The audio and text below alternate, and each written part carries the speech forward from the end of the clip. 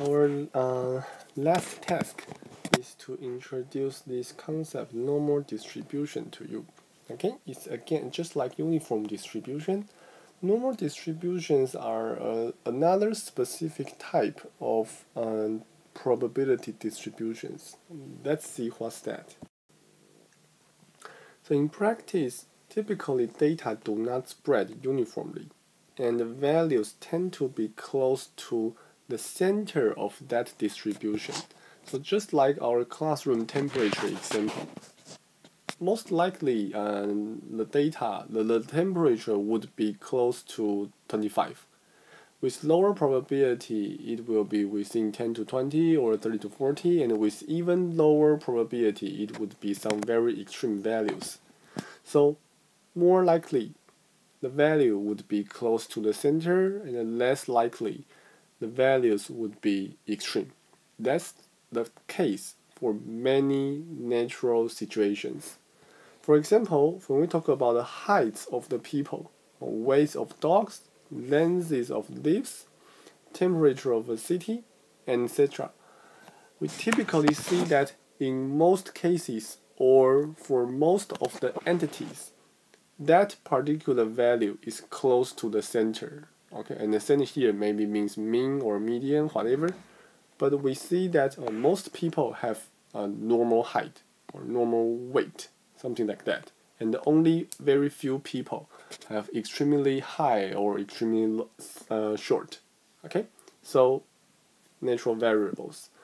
Or the performances of people or some other things. Like when we measure the number of cars crossing a bridge in each day or in each hour, then we have some typical values. Okay, typically this value is here or there, and with only very small probability, we will see extremely crowded traffic or extremely and there's no car there. Okay, sales made by a salesperson is also some kind of performance, and in most cases, when this guy is not very lucky or not very unlucky, the sales made by him would be some normal number. Only with very few even small probability, it will get very high or very small. Consumer demands the same thing, student grades the same thing. It in many cases have some central tendency, right? All kinds of errors are another examples. When we do some estimations for something, we may make errors. But in most cases, as long as we try our best, the estimation error would be typically small. I shouldn't say that. It would be typically close to zero. And with smaller probability, we would make a huge error. Or when we talk about manufacturing, the differences from a manufacturing standard would also be following this kind of central tendency. In most cases, we can do things well with some smaller probability to make things worse. So, as we can see, in many cases, we have this kind of property of our random variables. Normal to be within somewhere in close to the center, and with few probability to be very small or very large. So we need a distribution to describe this kind of property.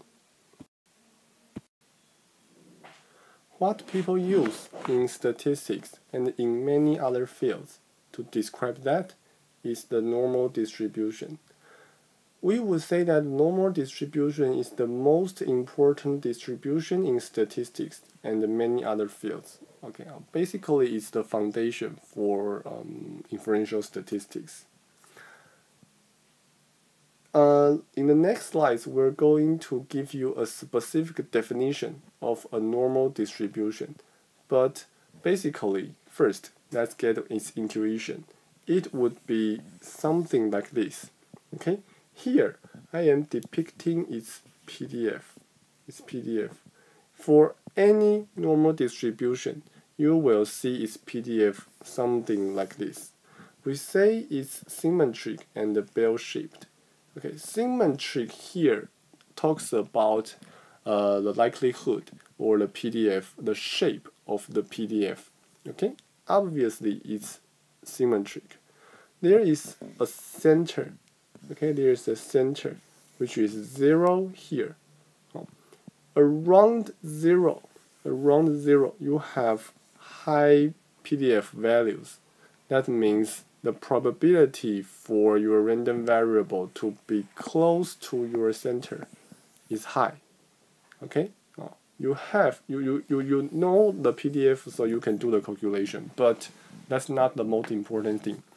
You need to know that the probability to be close to the center is high, and the probability to get extreme values is low. Okay, that's all you need to know. That's all you need to know.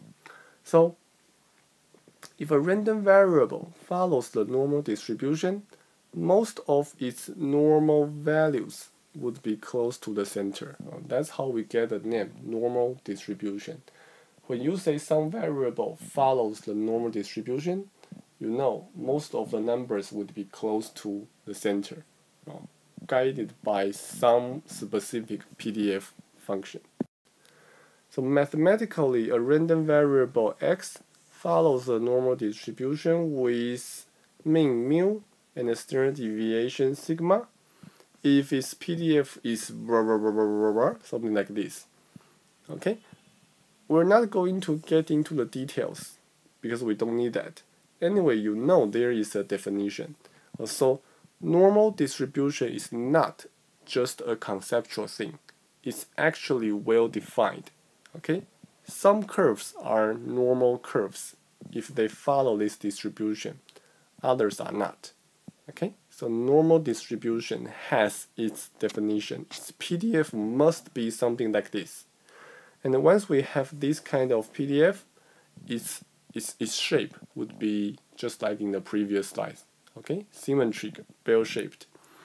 And the shape of your PDF, normal PDF, is governed by two quantities, the mean and the standard deviation. Okay? We talked about that. We are talking about a random variable. A random variable can be calculated with, let me say that again. Given any random variable, we can calculate the descriptive measurements, right? We can calculate its expected value, we can calculate its variance. If you need some review, go back to the previous video. For any random variable, we can calculate its mean and the standard deviation. Even though for continuous random variables, we didn't give you a specific formula, but you know what's the idea. You know what's the idea. And for a normal distribution, as long as we know its mu and the standard deviation, we can depict that curve. We can calculate the PDF. Okay? So we say mu and the sigma, they are the parameter for normal distribution. And we write it in this way. Okay? This notation means a random variable x follows a normal distribution with mean mu and the standard deviation sigma. That's the idea. We have some important properties for normal distribution. So first, its peak. You know that the shape would be something like this, right? Its peak is at its mean or expected value. So once you see a normal distribution, at the center there is the peak. That's exactly its expected value. And also it's also the median. So for a normal distribution, as you know, is symmetric. And that means mode, median, and the mean are at the same point. They are the same. The larger the standard deviation, the flatter the curve. So let's see what's the meaning. We said that mu and the standard deviation governs your normal curve. So let's see the example here. Here we have three different normal curves with different parameters. For the red one, the mean is 12. For the other two, the mean is 10. For the red one, the standard deviation is 1, for the green one is 1.5, and for the blue one is 2. When we increase the expected value x, we will shift our curve to the right. This is PDF, okay? This is PDF. When we shift the PDF to the right, that means with higher probability, the values will get higher. Okay, with higher probability, values would get larger, and of course that means your expected value, your mean, would get larger. That's one thing. Another thing is that when we increase the standard deviation, we will make the curve flatter, because a larger standard deviation means the variable, the distribution is more dispersed. Okay, the variability gets larger. When a variability gets larger with lower probability, your values would be close to the mean. Okay, that's why the curve would get flatter. Think about this again. For the green one and the blue one, they have the same mean, so that's why their centers are the same. But the blue one has larger standard deviation, so the blue distribution should have a higher variability, so the shape would get flatter. Okay, the shape would get flatter.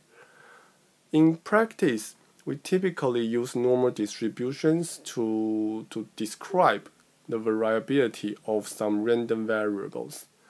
Of course, because a normal distribution is a mathematical thing, so it's some kind of approximation of our real life situations or real life variables. But we're going to see that, yes, it's just useful. Okay, so some basic ideas you have, and in the next video we will conclude our discussion about normal distribution. Thank you.